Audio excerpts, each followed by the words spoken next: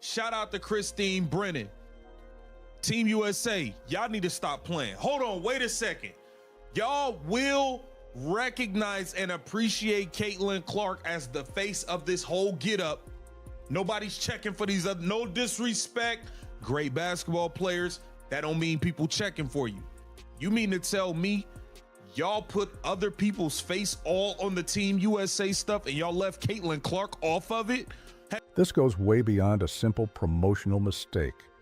USA Basketball just released their marketing materials for the December training camp, and the biggest name in women's basketball is completely missing from the graphic. We're not talking about her being in the background or listed in small print. She's entirely absent, and when you understand what this decision actually represents, it stops being about one graphic and starts revealing a pattern that threatens to destroy the momentum women's basketball finally achieved. Let's cut through the noise here.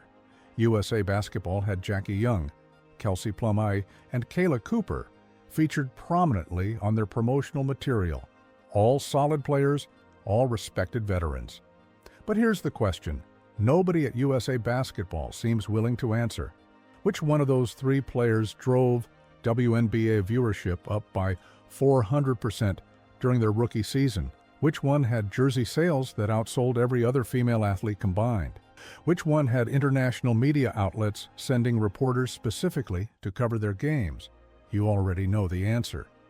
And so does USA Basketball.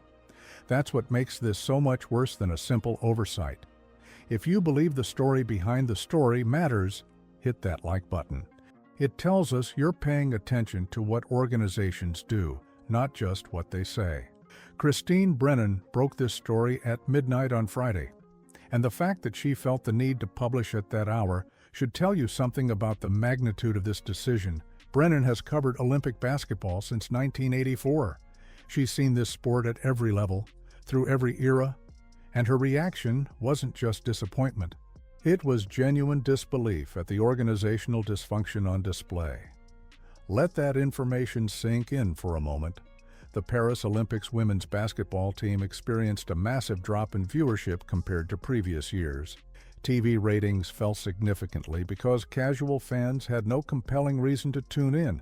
The hardcore basketball audience showed up, but the broader sports audience that drives advertising revenue and media attention stayed away.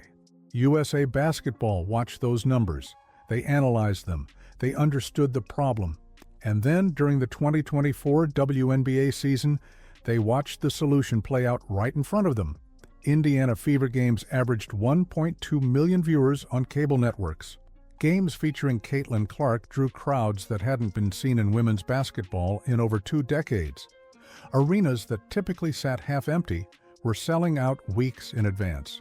International media that had never touched women's basketball before was scrambling for credentials. The blueprint wasn't theoretical, it was happening in real time, with measurable data at every step. Many of you have been saying this for weeks. The evidence was right there. The numbers don't lie. And USA Basketball had access to all of it. Merchandise sales, television ratings, attendance figures, social media engagement. Every metric that matters in professional sports pointed in the same direction. One player was fundamentally changing the commercial viability of women's basketball. USA Basketball's response to all that data: leave her off the promotional graphic entirely. Yeah, well, I've given it, as you know, over the last 60 hours. I broke the news right around midnight, Friday to Saturday morning. And I think on both fronts, merit and publicity, you, of course, mentioned it, it's just a total swing and a miss by the national governing body, by USA Basketball, just a missed opportunity. And but I'll start with my answer by saying I have covered this. Listen carefully to what Brennan is saying here. On both fronts, merit and publicity, this is a total swing and a miss. She's not just talking about a marketing failure. She's identifying organizational dysfunction at the national governing body level. This is the organization that's supposed to grow the sport internationally. That's literally part of their mission statement. And when they finally have the player who can actually accomplish that mission, They actively choose not to use her in their promotional materials. But here's where it gets even more revealing. Brennan describes standing in the press tribune at Olympic gold medal games for the most dominant team in Olympic basketball history, and she uses the word tumbleweeds to describe the media attendance. Think about that. The use, yes. Women's basketball team hasn't lost at the Olympics since 1992. They've won 7 consecutive gold medals. They are arguably the most successful team in any Olympic sport, men's or women's. Yet, journalists who cover basketball for a living are choosing to skip their games because the audience interest isn't there to justify the coverage. Bob Ryan, one of the most respected basketball writers in America, had conversations with Brennan about this exact problem at the 2012 London Olympics. That was 12 years ago. This isn't a new issue. What is new is that women's basketball finally had a solution dropped into their lap. A player who generates the kind of attention that makes editors send their reporters to cover the games. A player who brings the casual sports fans who drive media coverage and advertising revenue. And USA Basketball is actively choosing not to use that solution. Reading between the lines here reveals something much deeper than a promotional oversight. Brennan mentions a British journalist at the Masters golf tournament who specifically told her he was planning to cover Caitlin Clark at the Olympics. International media was ready. The demand was there. The infrastructure was in place to capitalize on exactly the kind of global interest that women's basketball has been trying to generate for decades. Instead, USA Basketball left her off the Olympic roster entirely, citing the need to reward veterans and maintain team chemistry. And now, months later, when they have the opportunity to at least include her in promotional materials for a training camp, they're making the same decision all over again. You are onto something when you notice this pattern isn't random.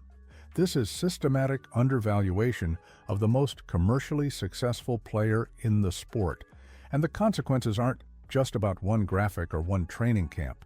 The consequences are about whether women's basketball can sustain the momentum it finally achieved, or whether organizational dysfunction will squander a once-in-a-generation opportunity. Drop your thoughts in the comments right now. Are we watching USA Basketball make the same mistake twice? Or is there something we're missing about their strategy? Because from where we're sitting, the pattern is impossible to ignore. Brennan is drawing the direct comparison to the 1992 Dream Team, and this isn't hyperbole. This is the actual parallel that matters. The original Dream Team with Michael Jordan, Magic Johnson, and Larry Bird didn't just win a gold medal. They fundamentally changed how the world viewed basketball. Kids in Africa, Europe, and Asia started playing basketball because they watched that team compete. The NBA's international expansion over the past 30 years traces directly back to the global exposure the Dream Team generated.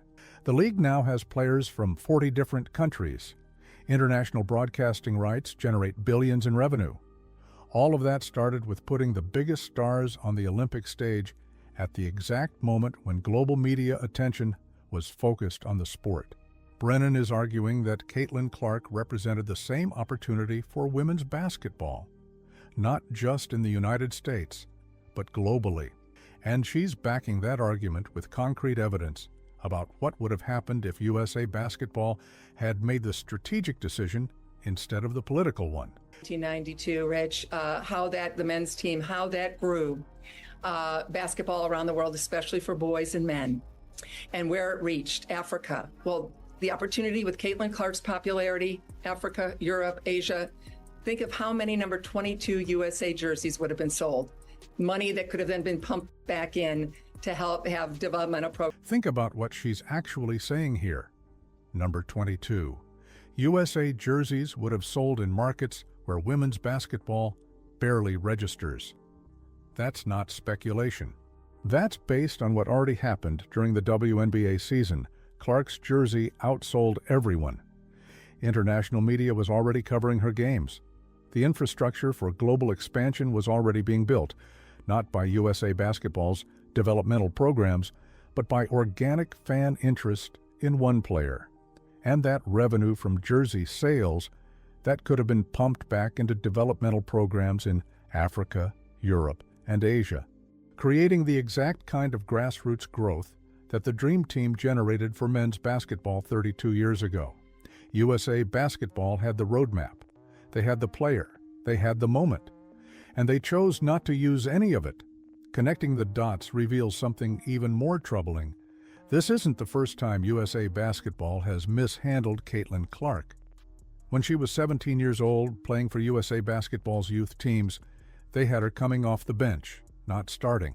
While Haley Van Leeth was getting starting minutes, let that sink in for a moment. The player who would go on to break Pete Maravich's all-time NCAA scoring record, a record that stood for 54 years, was being brought off the bench for a youth national team. Shoma, the player who would eventually generate more media attention than any women's basketball player in history, wasn't considered good enough to start for a junior team. This isn't hindsight bias. Caitlin Clark was already showing elite skills. She was already demonstrating court vision and shooting range that separated her from her peers, and USA Basketball's evaluation system somehow concluded she should be a reserve player. So this promotional graphic controversy isn't an isolated incident. It's a continuation of a pattern where USA Basketball consistently undervalues the player who has done more to grow women's basketball than anyone in the past 20 years. Think about what USA Basketball's mission statement actually says. They exist to win medals, yes, but they also exist to grow the sport. That's explicitly part of their organizational mandate. Growing the sport means expanding the audience, increasing participation, generating media interest, and creating financial sustainability. By every single one of those metrics, Caitlin Clark is the most valuable asset women's basketball has. She expanded the audience by bringing in millions of casual sports fans who had never watched a WNBA game. She increased participation by inspiring young girls to pick up a basketball. She generated unprecedented media interest from outlets that traditionally ignore women's sports. And she created financial sustainability by proving that women's basketball can be profitable when marketed correctly. USA Basketball watched all of that happen in real time during the 2024 season. They had a front row seat to the transformation of their sports commercial viability. And when it came time to promote their December training camp, they made a graphic that featured returning Olympians from a team that generated disappointing viewership numbers. That's not just tone deaf. That's organizational dysfunction. That's a governing body that doesn't understand its own product or its own audience. The WNBA just negotiated a new CBA that dramatically increased player salaries and benefits. That negotiation happened in an environment where the league could point to surging attendance, rising viewership, and increased sponsor interest. All of those improvements were driven primarily by the attention Caitlin Clark generated. Players throughout the league benefited financially from her impact, whether they want to acknowledge it or not. The new CBA doesn't happen without the leverage that comes from demonstrable audience growth. And that audience growth doesn't happen without the player who made women's basketball appointment viewing for millions of fans. Now, USA Basketball is preparing for the 2026 World Cup and the 2028 Los Angeles Olympics. Those are massive opportunities to build on the momentum from the 2024 WNBA season. Los Angeles will have hometown crowds, primetime television slots, and international media attention that dwarfs what Paris received. But momentum doesn't sustain itself. The casual fans who discovered women's basketball through Caitlin Clark need a reason to stay engaged. They need to see the player who brought them to the sport competing on the biggest stage. If USA Basketball leaves her off the roster again or continues to minimize her role in promotional materials, those fans will drift away. And here's the thing about lost momentum. You don't get it back. The 2024 season was lightning in a bottle. The convergence of a generational talent, a compelling narrative, and a sports media landscape hungry for new stories created something special. USA Basketball can either capitalize on that moment or squander it. Right now, they're choosing to squander it. They're making decisions based on internal politics, veteran status, and traditional evaluation metrics that completely miss what's actually happening in the market. They're prioritizing the comfort of their existing system over the opportunity to transform their sport. Christine Brennan has been covering this sport long enough to recognize when organizations make strategic mistakes. She's seen USA Basketball dominate on the court while failing to build sustainable audience interest off the court.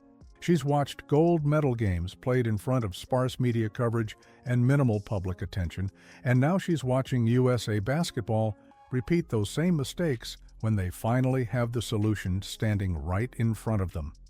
The player who can fill those press sections, the player who can generate international media interest, the player who can sell jerseys in markets where women's basketball doesn't even register. That player is Caitlin Clark.